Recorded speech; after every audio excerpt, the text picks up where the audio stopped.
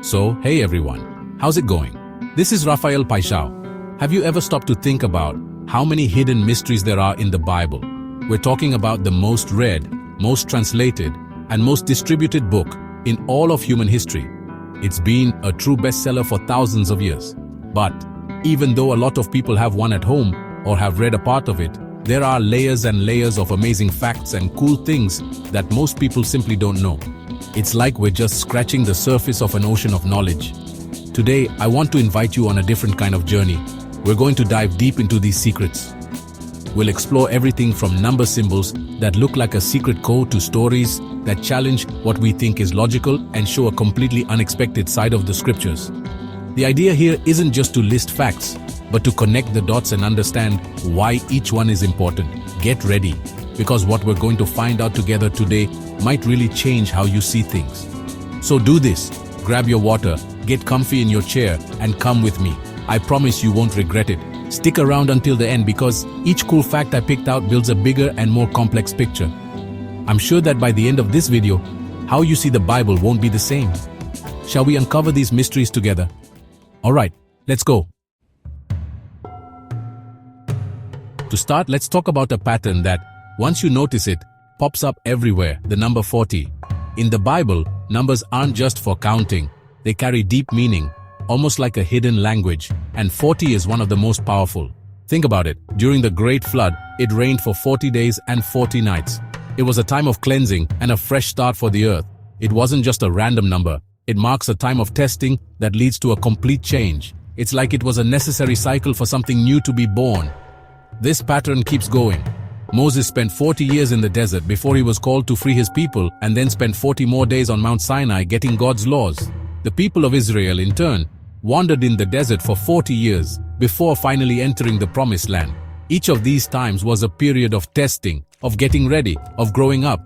It was a real desert, but also a desert of the soul, where faith was tested and character was shaped. The number 40 then becomes a symbol of this process of purification. And it doesn't stop there.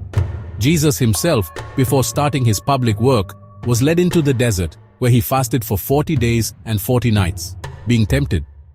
Again, 40 shows up as a marker of a time of intense preparation and overcoming challenges before a big goal is met. Biblical numerology is super interesting because it adds a layer of meaning that goes beyond just reading the words. The number 40 isn't just a fact, it's a message. Big changes need a time of testing. Now let's think about how the Bible is put together. It's not just one book, right? It's a collection, a real library. There are 66 different books written by about 40 authors. And these authors weren't a group of friends writing together in one room. They came from completely different times, different places, with totally different jobs and lives. There were kings, fishermen, prophets, doctors, tax collectors, people who lived over a period of about 1600 years. Think about how complicated that is. It's like taking a text written in the Roman Empire and trying to connect it with an email from today. Logic would say the result would be a patchwork, full of contradictions, with styles and messages that don't match up. But what we find is the exact opposite, and that's what makes historians, theologians, and even skeptics scratch their heads. There's a surprisingly consistent story that runs through all the books, from Genesis to Revelation. Themes like creation, the fall of man, the promise of redemption, and final restoration connect in a way that seems to have been planned. This unity is one of the biggest arguments for believing that the scriptures were divinely inspired. How can we explain that dozens of people, separated by centuries with no way to talk to each other, managed to create a work so unified and with such a consistent main message? No matter what you believe, it's clear that, as a literary and historical work, the Bible is amazing. It challenges what we expect from a work written by so many authors over such a long time. It's like a symphony made by many conductors who somehow played the same song. If the Bible were a movie, the story of the Apostle Paul would be that redemption arc everyone applauds. Before he was Paul, he was Saul of Tarsus. And Saul wasn't a friendly guy to the early Christians. On the contrary, he was a relentless persecutor. A devout Pharisee who saw Christianity as a dangerous heresy and had it as his personal mission to wipe it out. He agreed to the death of Stephen, the first Christian martyr, and traveled from city to city with permission to arrest men and women who followed Jesus.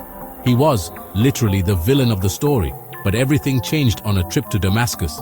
In the middle of the road, Saul had a supernatural experience that changed his life forever. An intense light from heaven knocked him to the ground, and he heard the voice of Jesus himself ask, "Saul, Saul, why do you persecute me?"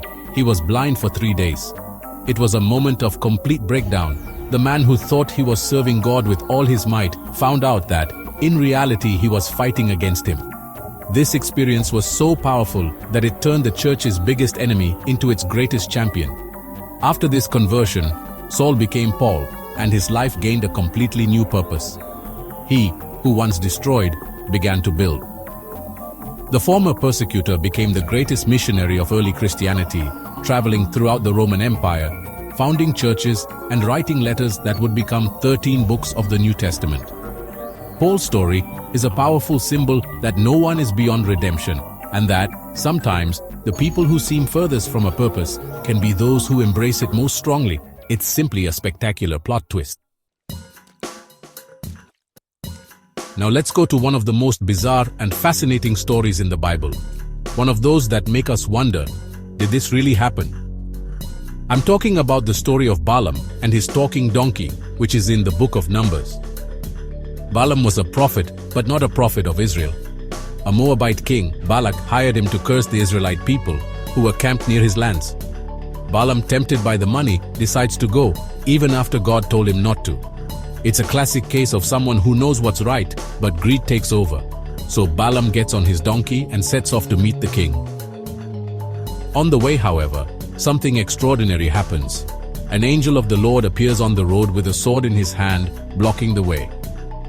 The detail is that only the donkey could see the angel. Balaam, spiritually blind at that moment, saw nothing. The donkey, to avoid the angel, leaves the road. Balaam, annoyed, hits the animal. This happens 2 more times, with the donkey pinning Balaam's foot against a wall and then lying down on the ground, always to avoid the angel that its owner couldn't see. That's when the climax of weirdness happens. After taking the 3rd beating, the donkey turns to Balaam and miraculously speaks. She asks, "What have I done to you that you have beaten me these 3 times?" At that moment, Balaam's eyes open and he finally sees the angel. The story is incredible because it reverses the roles. The irrational animal showed more spiritual perception than the prophet. It's a lesson in humility and a supernatural demonstration that God can use the most unlikely means, even a talking donkey, to deliver his message and correct our path. Many times, we think that the most important parts of the Bible have to be long and full of difficult words. But one of the most powerful and eye-opening verses in the entire text is also the shortest. In English, it's just 2 words. In the original Greek, it's also super short. It's in John chapter 11, verse 35. Jesus wept, just like that. But the story behind these 2 words has a huge emotional depth and tells us a lot about who Jesus was. The scene takes place in Bethany. Lazarus, a very close friend of Jesus, had died. When Jesus arrives 4 days later, he finds Lazarus's family and friends, Martha and Mary, completely heartbroken. He sees their suffering. He sees the pain of the people around him. And the Bible says he was deeply moved in his spirit and troubled. Even though he knew he would bring Lazarus back to life in just a few minutes, the human pain around him truly affected him. He wasn't pretending or putting on a show, and then he cries. These tears weren't from hopelessness, because he had power over death. They were tears of empathy, of compassion. In that moment, the divine and human sides of Jesus meet perfectly. He cries with those who cry. This tiny verse breaks the idea of a distant God without feelings. It shows us a Jesus who feels, who cares, who understands our pain, and who isn't afraid to show his human side. It's proof that how deep a message isn't about how many words it has, but how much meaning it carries. And that's it. We've reached the end of our journey for today. We went through number codes, through the impressive architecture of the Bible, through an incredible story of redemption, a talking donkey, and through the power of 2 simple words. That's a lot, isn't it? But this is just a small taste of the secrets and wonders hidden in the pages of this book. The Bible is an infinite universe of stories, lessons, and mysteries that have continued to fascinate humanity for millennia. I hope you enjoyed this exploration as much as I did. If this video made you think, surprised you, or taught you something new, then my goal has been met. And for me to continue bringing content like this, I need your help. It's very simple. Leave your like down here, subscribe to the channel if you're not already subscribed, and most importantly, turn on the notification bell. That way, you don't miss anything, and YouTube understands that this content is relevant and shows it to more people who, like us, are curious and seek knowledge. Now I want to know from you, which of these curiosities surprised you the most? Was it the code of the number 40? Paul's story? The talking donkey? Leave your comment down here. I'll read them all. And if you know any other biblical curiosity I didn't mention, comment about that too. Who knows?